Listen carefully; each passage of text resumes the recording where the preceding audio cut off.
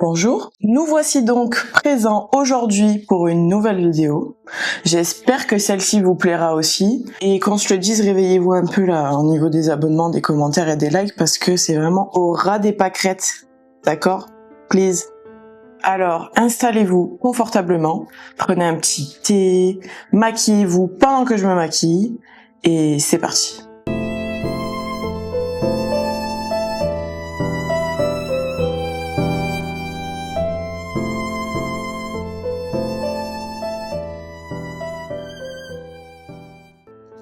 Fermez les yeux et imaginez une grande salle de banquet en Angleterre au XVIe siècle. Les chandeliers éclairent les visages des courtisans, les musiciens jouent du luth, et au bout de la table, un homme domine la scène. Il est immense, puissant, vêtu de velours et de fourrure.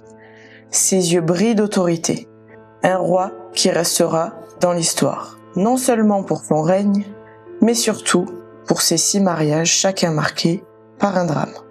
Aujourd'hui, je vous embarque dans l'une des histoires royales les plus dramatiques, les plus sordides, mais aussi les plus fascinantes de l'histoire. Je parle bien d'Henri VIII, roi d'Angleterre. Je pense que vous avez remarqué qu'il y a quelque chose qui change là. J'ai moins une tête cadavérique. Pourquoi ? Parce que j'ai déjà mis mon fond de teint, mon anti-cerne et ma poudre. Donc on va commencer par le teint et ensuite par les yeux. On résume souvent ses épouses par une phrase cruelle, mais pourtant bien réelle. Divorcée, décapitée, morte. Divorcée, décapitée, survivante. Mais derrière ces mots, il y a 6 destins, 6 femmes emportées par la tempête de pouvoir d'un seul homme. La première épouse d'Henri VIII s'appelle Catherine d'Aragon. Princesse espagnole et fille des rois catholiques, elle est pieuse, intelligente et digne. Elle épousera Henri VIII en 1509 et leur mariage durera plus de 20 ans. Ensemble, ils auront une fille. D'ailleurs, elle fera le bonheur de sa maman. Mais Catherine n'arrive pas à donner au roi ce qu'il veut le plus, un fils. Alors, vous imaginez bien que Henri, avec le temps, il commence à se lasser. Cherchant à tout prix à avoir un héritier, il commence donc à se mettre à la recherche d'une remplaçante et tombe donc amoureux d'une autre femme, Anne Boleyn. Mais vous imaginez bien qu'il y a un problème. Parce que oui, le roi avait tous les pouvoirs, mais pas celui de divorcer comme il le voulait. Mais c'est sans compter sur sa ténacité. Et qu'à cela ne tienne, il décide donc de rompre avec Rome et ainsi donc créer sa propre église. Alors ça c'est quand même fou. Il crée donc l'église anglicane et il s'autoproclame chef suprême. Là, les mollets du garçon, c'est waouh. Bon, revenons à cette pauvre Catherine. Catherine sera donc répudiée du royaume par son mari et finira sa vie isolée. Par contre, elle n'acceptera jamais de renier son titre de reine. Anne Boleyn arrive donc au château et vous imaginez bien qu'elle est belle, vive et ambitieuse. Elle se met donc en mode conquérante et c'est là que la stratégie de séduction commence. Pendant des années, en jouant de ses charmes, elle se refusera à Henri. Mais une fois la manipulation renforcée après le divorce avec Catherine d'Aragon, Henri VIII décidera d'épouser en 1533 la belle Anne Boleyn et bien sûr d'en faire la nouvelle reine d'Angleterre. La remontada, la meuf elle sort de nulle part et en 2 secondes elle se retrouve reine d'Angleterre. Moi ça me sidère. Il y en a, elles ont quand même un pouvoir de séduction et de manipulation, c'est quelque chose hein. Après leur mariage, vous imaginez bien que Henri VIII se met à la conquête d'un héritier. Le mariage sera donc consommé très rapidement, mais ça va pas se passer comme prévu. Très vite, Anne donnera naissance à une fille. Mais encore une fois, toujours pas de fils. J'espère qu'on voit bien le glow. Parce que c'est un highlighter Hermès, s'il vous plaît. D'accord ? Donc s'il brille pas, je casse la caméra now. Terriblement belle cette palette. Ouh. Et elle est neuve, je n'ai absolument jamais utilisé. Il y a même le papier. Pendant que Henri s'impatiente, les rumeurs vont de bon train. En effet, Anne commence à se faire des ennemis à la cour. On l'accuse d'adultère, d'inceste et même de sorcellerie. En même temps, les gens y voient qu'elle débarque de nulle part et qu'elle conquit déjà le cœur du roi, mais ensuite, ils décident de séparer l'Église de l'État pour pouvoir divorcer de Catherine et se marier avec elle. Franchement, wow. Les preuves semblent fragiles et même inventées. Mais le roi ne veut rien savoir. Il veut se débarrasser d'Anne Boleyn. Le mec, il prend une meuf, et après, il la jette comme un mouchoir quand oh, c'est bon, trop compliqué, ça me gave, ciao, bon destin. Mais il va pas juste se dire, bon, je l'ai fait déjà une première fois, je vais juste divorcer, que nenni. De par les rumeurs, il se dit qu'elles sont si graves qu'elles méritent la décapitation. Oui. Elle est donc condamnée à mort et décapitée en 1536 à la Tour de Londres. Et là, avec mon make-up, je commence à m'égarer quelque peu. Oula. Si vous avez la ref, écrivez-la en commentaire. Ça me ferait très plaisir. Et comme le karma est super bien fait, la fille d'Henri VIII, Anne Boleyn, deviendra pourtant l'une des plus grandes reines de l'Angleterre.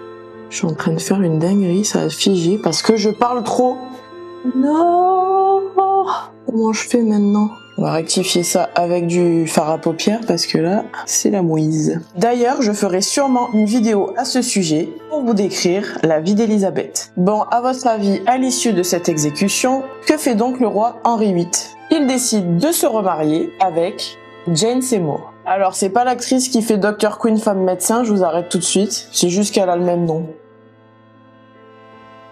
Et cette fois, il choisit donc une femme plus docile, plus douce, mais surtout très discrète.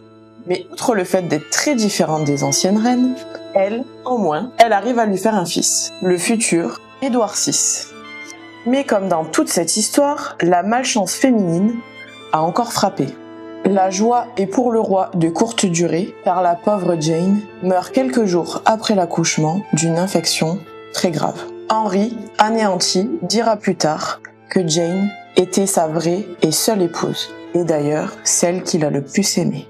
C'est quand même fou parce que je pensais que ce mec il avait aucune considération pour les femmes, et finalement il y a une once de respect et d'humanité en lui. Petite anecdote, c'est la seule qui sera enterrée à ses côtés. Après la mort de Jane, les conseillers du roi organisent un mariage diplomatique. Henri doit donc épouser Anne de Clèves, une princesse allemande.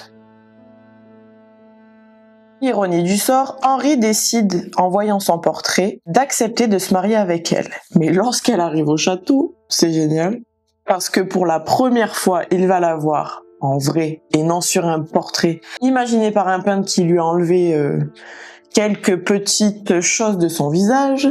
Il la trouve donc laide, maladroite, mais surtout, il sait déjà d'avance que niveau désir, il se passera trop rien. Le mariage sera donc jamais consommé parce que elle lui plaît pas, et donc il arrive à avoir l'annulation du mariage. N'empêche, quand j'y pense, ça fait beaucoup de Anne, entre Anne Boleyn et Anne de Clèves, la malédiction le guette. Mais Anne de Clèves reste aux côtés du roi. Elle gardera donc un titre royal et une belle fortune, mais surtout sera considérée comme la sœur du roi.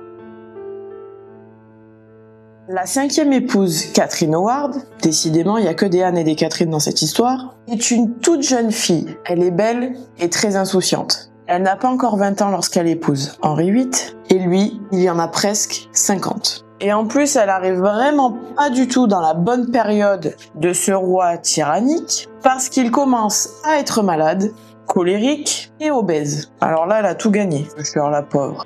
Donc, pour tromper l'ennui, Catherine décide de flirter avec d'autres hommes et se laisse tenter par des aventures amoureuses. Quand Henri découvre toutes ces infidélités, évidemment, il est fou de rage. Et bien sûr, encore une fois, sa fureur n'a aucune limite. Il décide donc qu'elle soit exécutée à la hache en 1542. Elle est donc accusée de trahison et exécutée à coups de hache. Elle mourra d'ailleurs en prononçant une phrase tristement célèbre: « Je meurs, la reine d'Angleterre ». Bon, niveau syntaxe, c'est pas le top, mais je vous rappelle qu'on était au XVIe siècle. Enfin, fait l'entrée de Catherine par...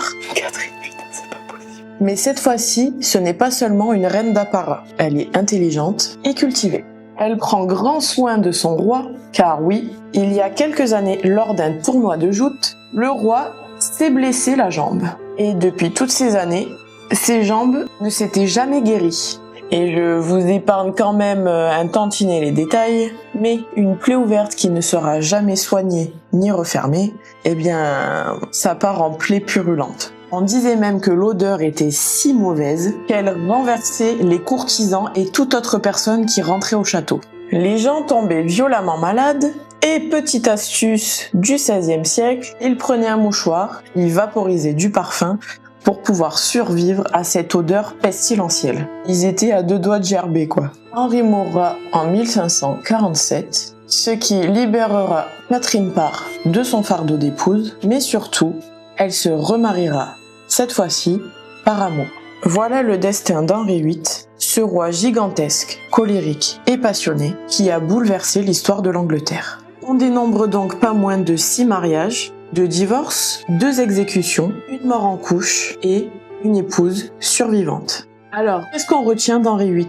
Un roi assoiffé de pouvoir, un homme obsédé par l'envie d'avoir un héritier, ou un mari terrible qui a brisé le destin de 6 femmes. Bon, je vous l'accorde, peut-être un peu tout ça à la fois. Mais ce qui est certain, c'est que son histoire et l'histoire de ses épouses n'en finissent pas de nous fasciner. On continue d'ailleurs à en parler 5 siècles plus tard. Comme une tragédie shakespearienne qui ne s'oubliera pas de sitôt. Merci beaucoup de m'avoir regardé, j'espère que cette vidéo vous plaira. En tout cas, moi j'ai adoré la filmer, ça fait très grungy vibe, j'adore. Et surtout, mettez-moi en commentaire vos avis. Si vous avez d'autres anecdotes à ce sujet, n'hésitez pas à me les écrire, je serai ravie de les lire. Bien sûr, vous connaissez la chanson, mettez-moi un petit j'aime, un petit commentaire et surtout, abonnez-vous. À la semaine prochaine.